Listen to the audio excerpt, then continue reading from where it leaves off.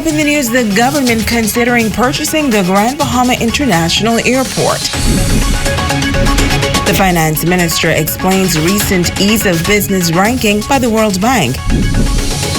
And the Bahamas Union of Teachers to file a trade dispute on Grand Bahama.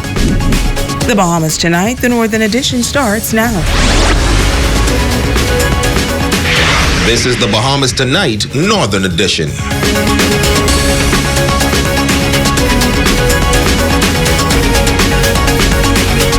This is the Bahamas Tonight, the Northern Edition. Good evening, all. I'm Shashina Wolf-Arkeson. As always, it is so great to have you with us. Topping the news tonight, the government is considering purchasing the Grand Bahama International Airport, which was severely damaged during Hurricane Dorian. The airport is currently managed by HUGH in Whampoa. However, Minister of Tourism and Aviation, the Honorable Dionisia de Aguilar, says the company seems reluctant to rebuild the airport. Minister de Aguilar making those comments while speaking to members of the media outside of Cabinet Office in the capital this morning. That airport could cost $20, $30, $40 million. You have to figure out where that money is going to come from. You have to consider who the operator is going to be.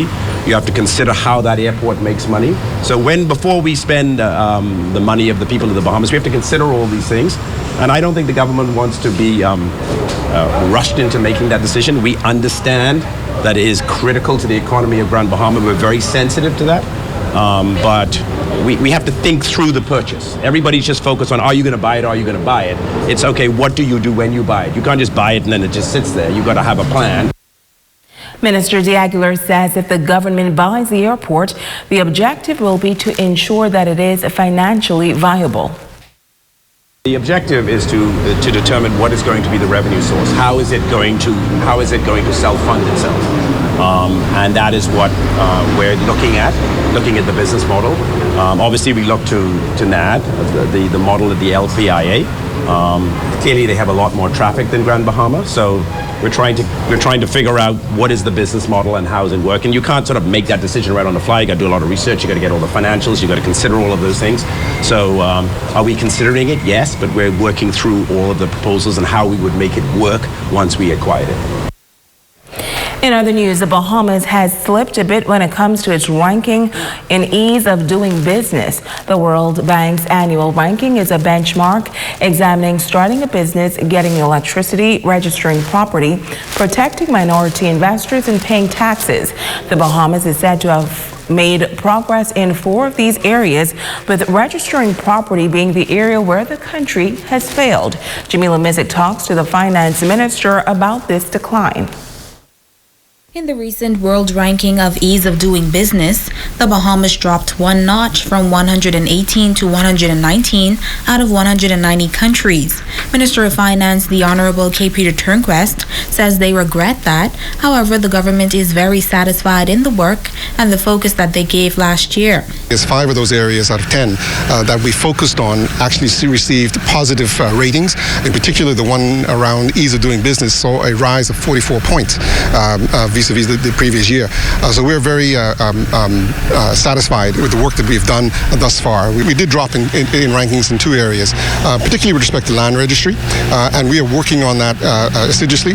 The Attorney General is working on the new land registry bills and land reform.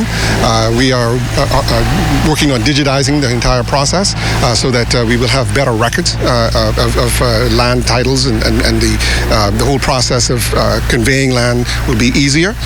So we're making tangible steps and concrete steps towards improving in the areas that we did see 2 points slippage.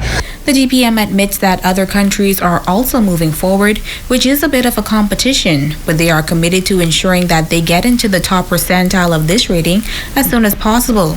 Now, some have called for a czar to be appointed to deal business, but to that, the minister had this response. As you know, Lynn Holowesco is the chairman of our Ease of Doing Business Committee, which is made up of a wide swath of professional business people, well experienced in law, in accounting, in general business. And so they are giving the government very, very sound advice as to the improvements and the areas we ought to work on and the priority in which we ought to work on those areas. And so,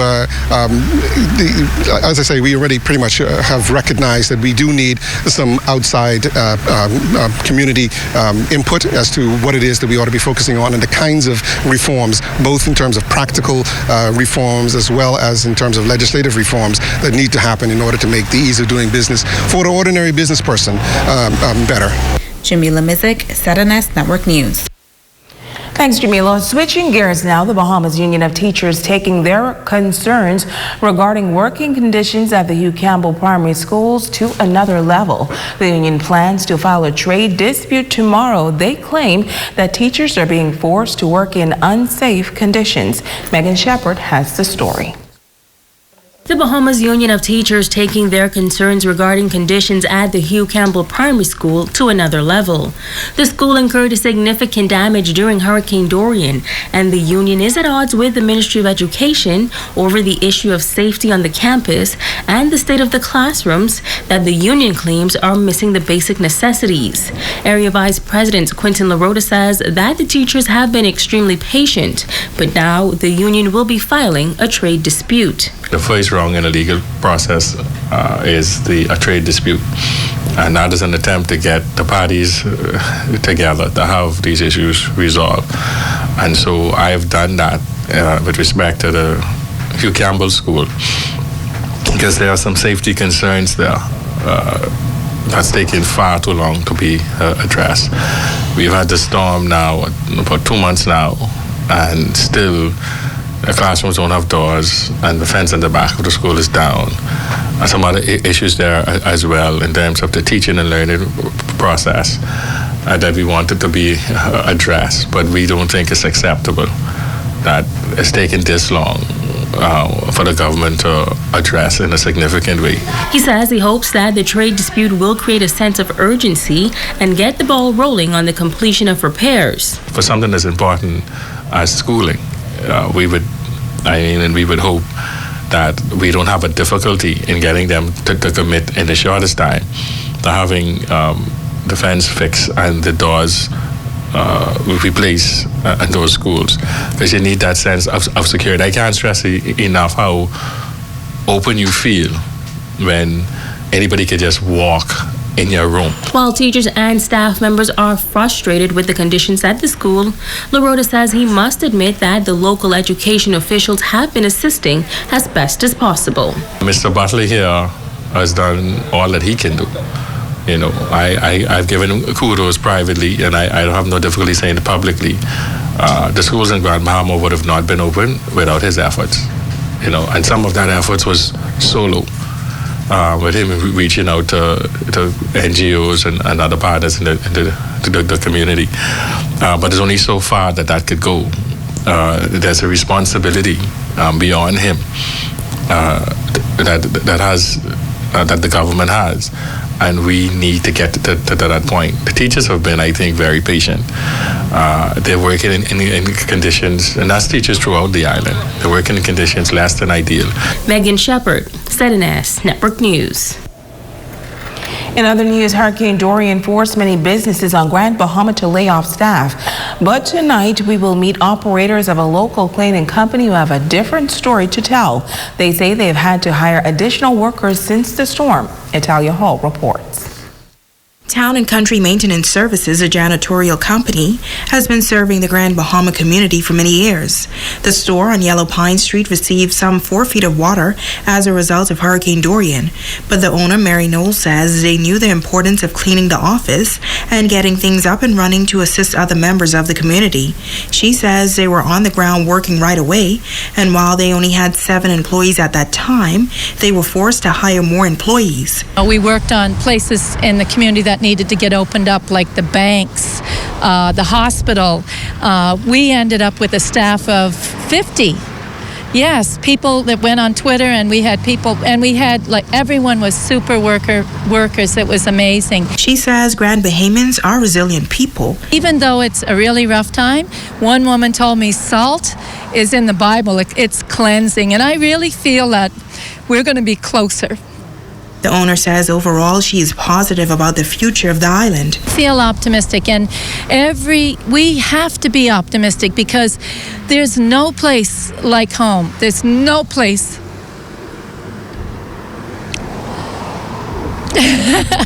So we have to make it happen. We can't wait on other people to do it for us. We have to do it ourselves. And, the fact that, Kelly's has got part of it up and running, and Dolly Madison and Paint Fair and some of these other places, they're going to open it up and have people working. And there's going to be all kinds of different businesses coming up that people can do. And if you could go through that flood and live to tell about it, then God has a purpose for us. Italia Hall, ZNS Network News. Awesome message. Thank you, Italia. Other organizations from throughout the country and internationally are continuing to show their love and support for the island of Grand Bahama. This past Saturday, 2 organizations came together to bring essential items to families still recovering from Hurricane Dorian. Here again is Megan Shepherd. Deputy Prime Minister and Member of Parliament for East Grand Bahama, the Honourable K. Peter Turnquist, thanking the various organizations, donors and volunteers that continue to help rebuild the lives of residents affected on Grand Bahama, particularly those in the East. He notes that this is still a difficult time for many who are trying to rebuild their lives. We continue to have tremendous needs in these areas. One of the things, as was said earlier, we need to now switch our focus towards rebuilding. Because we need to get people back into homes. The temporary shelters have been wonderful, but people are now getting to that point where they want to get back into their homes. And so I'm very excited to move into that phase and to have Leah and organization to help us get the materials that we need in order to, again, put people back to some sense of normalcy. It will take some years and it'll take some time for us to get there. And we know that the government can't do it all alone. So the support of organizations like this is just fantastic. And I want to thank them again from the bottom of our hearts for everything that you're doing. Leah Head of Head Org says that she has been committed to assisting this island for the past 5 years through various initiatives, and now this major incident is no different. She says they began with essential food items, and now they will work on building supplies. Working on, of course, the container loads of plywood, do-rock, that's a new one for me instead of sheetrock, and the peel and stick and getting everything else that can possibly help to get out. Logistics-wise, my brain can't handle how we're going to get to Swings Key, but we're going to try and make it happen and just see that we can get those who need in need to get in need. And I'm just very happy to be able to work along with so many different organizations. She also shared some promising news. We've got two airport fire trucks on the way from the Greater Transit Authority of Toronto. So that'll help get your airport at least get some sort of TSA compliance that we need to try and get up and running. And we've also been affiliated with one that's going down to Marsh Harbor for the firefighters area, but not for the airport. The Phoenix International Foundation out of Orlando has also been on the ground since the beginning of the rebuilding efforts. Yvette Knoll said that her husband is a Bahamian and that giving back to this island is truly an act of love. Co-founder Debbie says that they are committed for the long haul. At that point, we realized that this was going to be a very long, an extended effort. And, we made a promise to a lot of the people that we met throughout the settlements that we were going to be here for the long term. We've had amazing partners like Cassius, like the Deputy Prime Minister. We've been very fortunate to also have additional partners that we've recently met. For us, it's an obligation to help everybody, throughout the islands, to be able to bring the relief that they need just to get their lives to some kind of normalcy. And, we're going to continue to do this as long as we can. The first time I came here was on the Allegiant Airbus, which we managed to secure to bring £15,000 of water, foods, because at that time we weren't asked for building supplies. But now, as we've said, we've shifted our focus and we've got a lot of building supplies on that plane. But we're still bringing the food and the water because we know that's what everybody in Grand Bahama needs. But, as we promised everybody, we said we'd be here for the long run, and that's what we're doing. Now the donated goods were divided and earmarked for Freeport Bible Church, Reach Out Youth Organization, the Marco City constituency, the hospital, and all communities in the East, including Sweetings Key. Megan Shepherd, ZNS Network News. The President and executive members of the Bahamas Communications and Public Officers Union on Grand Bahama today to meet with union members. The union boss says the major concern right now is post-Hurricane Dorian working conditions. Here's Jamila Mizik with this story. Bahamas Communications and Public Officers Union officials on the ground in Grand Bahama. BCPOU President Dino Roll says he thought it was important to make another post-Hurricane Dorian trip to find out how members are doing and to speak with them personally to hear their concerns. We met with BTC and our members there this morning, and we were happy to hear that they are progressing well, considering all that they would have been through. But there are a myriad of concerns that were raised that we now have to take back to management and try to resolve on their behalf. The same here in BCB, that we've just had a meeting with our members here and to hear of their concerns, what they've been experiencing. Now he says some of the main concerns expressed are substandard working conditions post-Dorian, especially alleged mold and possible health concerns. The president noting that he is aware of some corrective measures being made, but not in a timely manner. He says they will immediately urge management to address those concerns. I encourage and I urge management, come and see what's happening here at this building and make a decision to make sure that our members aren't overly exposed to what's happening as a result of Dorian.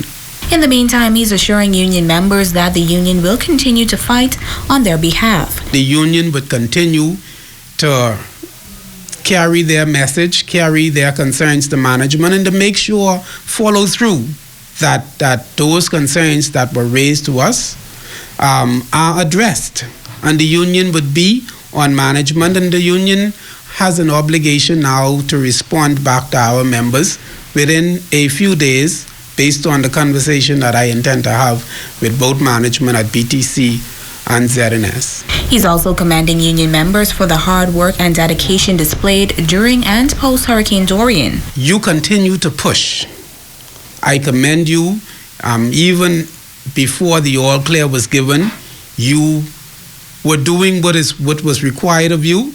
I see my members both in BTC and ZNS, and I say hats off to you guys.